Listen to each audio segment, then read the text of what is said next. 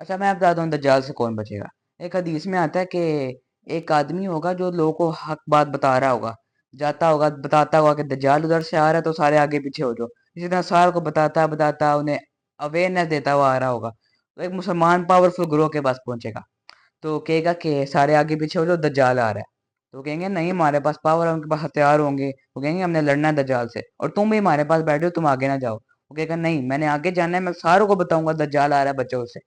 تو آگے جائے گا تو دجال پکڑ لے گا اس کو، اسی طرح بتاتا بتاتا ساروں کو جا رہا ہوگا تو آگے دجال پکڑ لے گا، دجال کہے گا ہاں بھائی تو مجھے رب مانتا ہے، کہے گا نہیں مانتا، تو دجال کہے گا اس کو کاٹ دو، پھر نا اس درمیان سے اس کو چیرا کر کے کاٹ دیا جائے گا،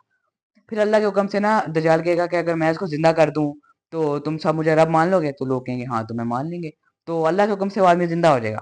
تو آدمی کو زندہ کر کے دجال پوچھے گا ہاں بھائی تو نے مجھے رب مانا اپنا، وہ کہے گا نہیں، کیوں نہیں مانے گا، کہتا ہے میں نے حدیث پڑھی ہے، میں نے حدیث پڑھی تھی کہ دجال اسی طرح مجھے قتل کرے گا اور پھر مجھے زندہ کرے گا، لیکن مجھے پتا ہوا کہ تو فراڈی آدمی ہے، حدیث پڑھی ہوئی تھی اس نے، اسلام کا علم تھا، تو دجال سے بچ گیا، اس کا نتیجہ کیا ہوگا، اللہ تعالیٰ اس کے پوری باڈی کے گرد ایسے لوہے کی زنجیریں، جیسے جنگی لباس نہیں ہوتا، پکا لباس ہوتا ہے جس کو کچھ ہو نہیں سکتا، آرمڈ لباس جس کو کہتے ہیں، اللہ تعالیٰ وہ اس کے گرد کر دے گا، پھر دجال خوب وار کرے گا، اس کو کوئی فرق نہیں پڑے گا،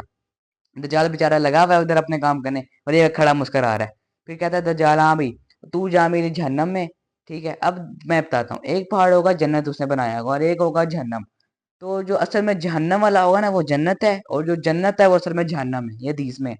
تو وہ بندہ اس کو کہے گا جا جہنم میں جا، وہ بندہ چپ کر کے نا چلتا ہوا جہنم میں چلا جائے گا،